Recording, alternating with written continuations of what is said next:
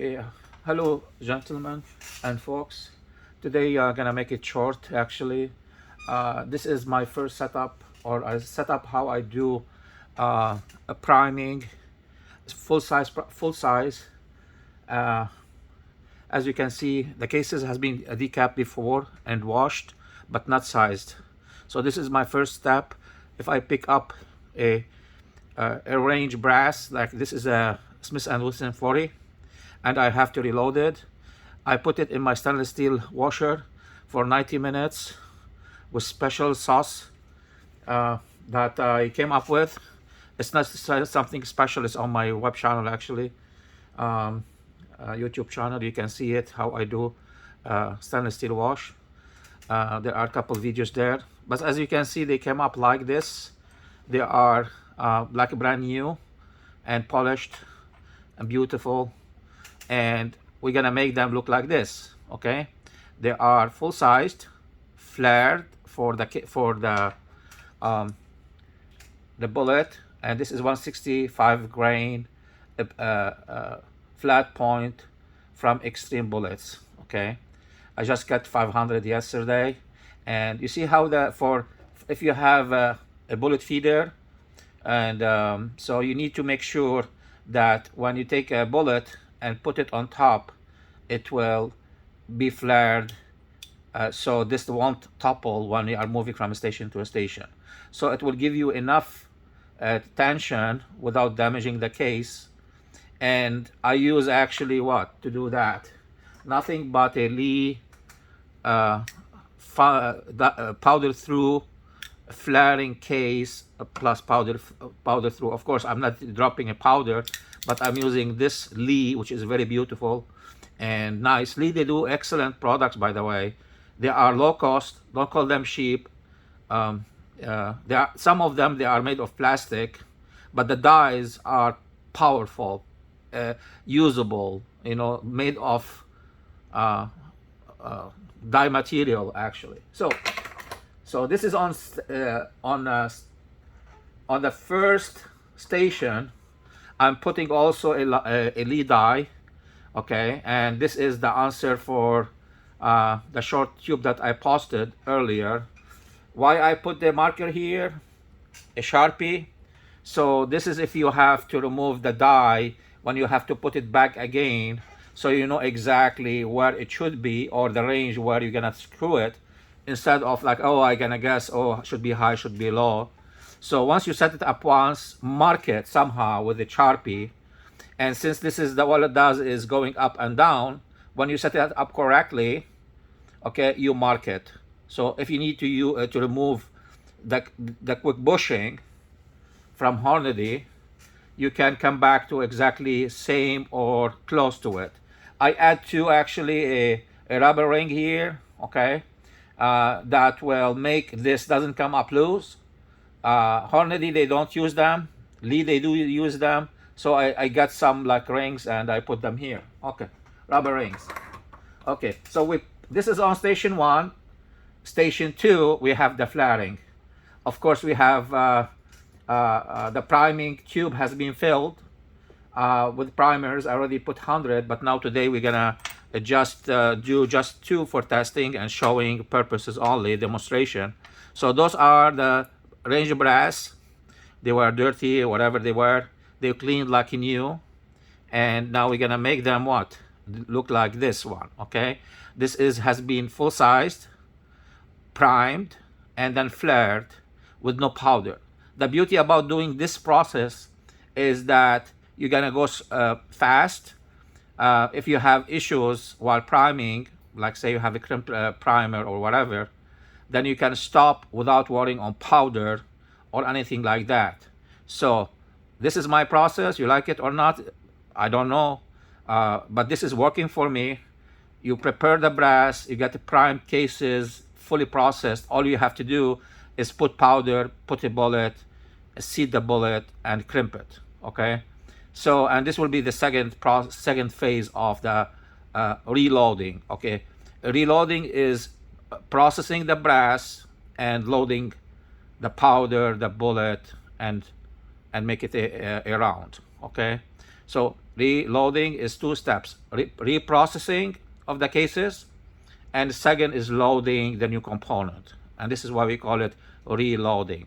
Okay, so you see this one here has been primed, full-sized, and flared, so it will be ready for the second stage, okay, or phase of loading. So I picked two here, okay.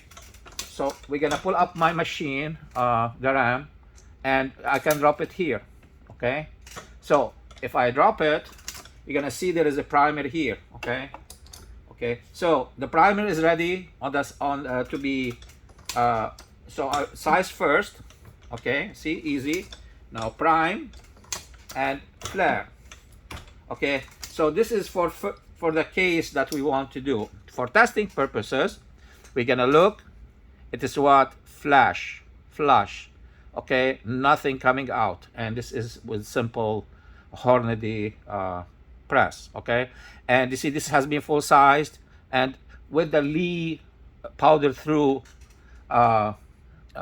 flaring and powder through for dropping the powder, this will come and sit correctly on top.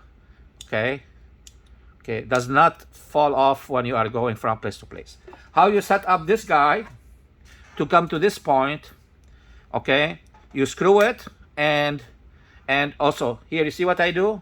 I mark the die with the ring. Okay, so when I put this again, I know exactly where it should be. So because those, they don't have factory markings where you're gonna write it on a notebook or something, just take a Sharpie. When you set it, mark it. Okay, so you mark the ring, and you can mark this too if you want to die. But when this comes down, you can know exactly how low you should be going low. As you can see now, it's going all the way down. Okay, which is fine for me. This is maybe the maximum that you should flare it for this one. Usually you don't flare too much if you are using a hand, if you seed the bullet by hand, because you can hold it like this and put it, and you don't have to flare it too much. Okay, this is an excellent flaring tool for the cases because it does not bulge it and make it too big or too wide fast. Okay, so Lee, they have a good products. Okay, I like Hornady too. I have Hornady, I have RCBS, I have Lee, Frankfurt Arsenal. I'm not biased to one product. If the product works, okay, I will buy it. If there is a better product, I will sell the product that I had and upgrade. Okay, nothing wrong with that. Technologies keep advancing. Loyalty to a single product is not helping you guys. Okay, just make sure what you buy is what you want to buy it from the first place. I grew up from Lee because when you start with something, you don't want to spend too much money on it and the time on it. Okay, and Lee, they do make good products. With the time, you're gonna see those are inadequate, insufficient, let's say, for the purposes that you wanted. You can donate it to somebody else, like your friends, or give it away, sell it on eBay, sell it on the marketplace, on Facebook, give it to your buddies at the range, wherever you want.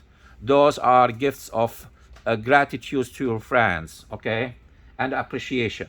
Now, of course, if you are short on money, you're gonna keep with the low-cost stuff.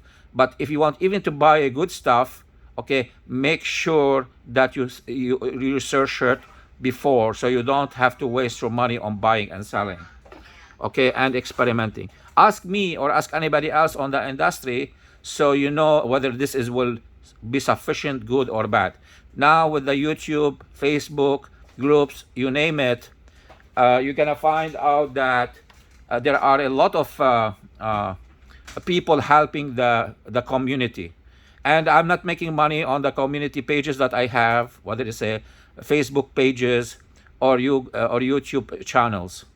Okay, I started my FFL dealership called Yara Firearms, but this is not my main job. Okay, I'm still full-time employed, but this is a hobby that started and is growing to be time-consuming on my spare time. So I would love to share it with you guys. Okay, So again, this has been completed. Take another one. Okay, we're gonna do it again. Those R3 has been completed. Okay, so we drop one here. Okay, drop one. Okay, and advance. Okay, now the timing is not correct. Actually, this has to be adjusted because I adjusted from 9 millimeter, so I have to just set up the timing correctly for my uh, uh, for my for my 40 Smith and Wesson. Okay, so all what I have to do is just adjust this piece, so when it will push it actually, it will push it straight uh, to where it should go. Okay, like I just push it by my hand and it's working right now. Okay, the Hornady case pusher has different sizes. I'm using the 9 millimeter and the 40 as same thing. Okay, because they are very close cases in dimensions. But this is replaceable. You should have all the parts needed with the with the with the Hornady machine. Okay, there are timings here. I'm not gonna talk about the timings, how you adjust it, but this one can be adjusted left and right to do minor adjustment for the timings. Okay, but let's say I want to size it again. Okay, has been sized. Come down, push it down, and I need to flare it. The flaring die is here. I'm gonna put it back and flare it. Okay, I'm now just using one case for demonstration purposes, but I have a case collator, and it's automated. It can fill up the up to like 27 cases and will stop until the tubes get low. And I have also a camera here, so I can see the level of the cases if they are going lower or whatnot, or if something gets stuck. I have a bullet feeder here, okay, which is working fantastically with 40. This still set up for 9 millimeter. I did not set up my feeding die, which is Hornady. I have 9, I have 40, I have 45. All those cases or calibers, they work great with the Hornady die, feeding die. It's all a matter of adjustments, minor tuning, easy.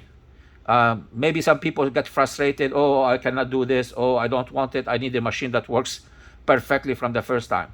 Reloading machines are not like that. Reloading machines are like industrial machines or real machines. Okay, you need to be having at least some knowledge about how did you work, how you tune them, how you can keep them, how you maintain them. Okay, and there is nothing wrong with them. Now, if you want just to reload 9 millimeter, do not reload 9 millimeter. You can go buy it from the store. It will cost you way less money. Even 40, if you don't shoot a lot of 40 or 45, let's say in the whole year, you shoot maybe 500 rounds or 1,000 rounds. Do not buy reloading machines. I'm telling you up front. Okay? So why? Because unless you are doing competition or doing precision, or you shoot at least, let's say, 200 rounds a week or each other week, then you don't need a reloading machine. I'm telling you up front. Okay? Especially for the low-cost ammo like 9 millimeter. I know people, they shoot 500 rounds each weekend, or whenever they hit the range, they shoot 500 to 1,000 rounds. Okay, and those people, they are not crazy, but they are semi-pro to pro, or they can afford to shoot that amount. And guess what? They don't reload too. They just buy factory ammo or bulk ammo and they shoot them. Okay, why we reload? Because we can control the quality, we can control the recoil, we can control what bullet we're gonna use and make them the way we like them. Okay, especially if you are running a pistol, open division racing pistol, or are running any kind of competition, and you need to tune the powder to whatever you would like to be, especially let's say 40 or 45, because they cost more than just like regular 9 millimeter, which is the component today will cost almost the same money you're gonna pay for a factory loads. Okay, so now I've diverted a lot. I talked a lot, and but again, so we have 3 done here, and this is number 4. Okay, and let us try it again. It works perfectly. Okay, thank you for watching. I hope you liked the video. I'm sorry as I make it more than I should. I talked about reloading in general, in addition about my machine. And